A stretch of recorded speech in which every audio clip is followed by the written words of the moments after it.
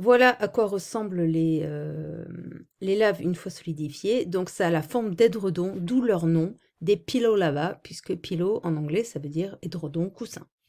En dessous, le basalte en filon, donc ça ressemble à ça. Donc c'est et en fait la roche claire c'est du gabbro dans lequel il y a des filons plus foncés, donc du basalte. Donc c'est vraiment, voilà, quand la roche se casse, souvent quand vous allez en montagne, vous voyez ce genre de figure. Et donc la roche blanche, la claire, c'est cassé, c'est écarté, et donc au milieu, le basalte en a profité pour se faufiler et s'est solidifié entre les deux roches. Donc voilà pour la composition des roches. Donc tout ce qui est bleu forme la croûte, tout ce qui est vert le manteau. Et si on se met de l'autre côté pour au niveau du comportement physique, oui.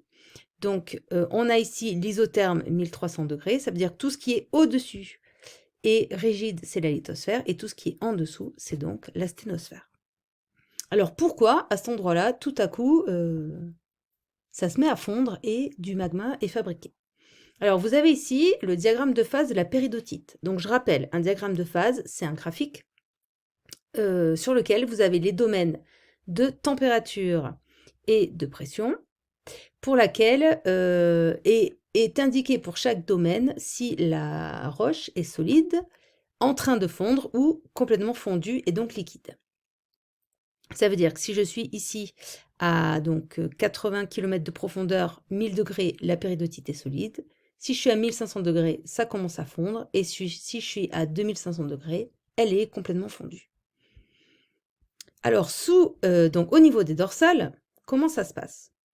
Donc, le géotherme, c'est l'évolution de la température et de la pression d'un point à mesure donc que l'on s'enfonce dans la Terre. Donc, si on regarde une lithosphère océanique classique, donc voilà son géotherme. On voit que ces températures donc, et la pression évoluent, mais on reste dans le domaine ici du solide. Donc il ne peut pas y avoir fonte de la péridotite et fabrication de magma. Si on veut que la péridotite fonde, il va falloir donc déplacer ce géotherme dans cette zone-là pour que ça commence à fondre. Pour ça, deux solutions possibles. Soit on décale le graphique vers la droite, ça veut dire qu'on augmente la température, et dans ce cas-là, notre géotherme va atterrir dans la zone bleue, et donc ça va commencer à fondre. Soit, deuxième possibilité, on décale le géotherme vers le haut, donc on diminue la pression, et donc là on voit bien que le géotherme va également entrer dans la zone liquide. Donc deux possibilités. Qu'est-ce qui se passe